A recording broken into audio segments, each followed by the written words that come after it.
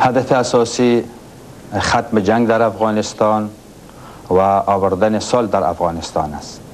پیشنهاد مشخص ما در یک قسمت از پارلمان اروپا ای بوده که فشار لازم سر پاکستان بیارن تا پاکستان از اعزام افراد مسلح خود بر افغانستان و از ارسال اسلحه و مهمات در افغانستان دست بگیره. ما یقین دارم در صورتی که پاکستان کمک های خود به طالبان قطع کنه، زمینه آمدن صلح در افغانستان بسیار به سرعت مساعد خواهد شد.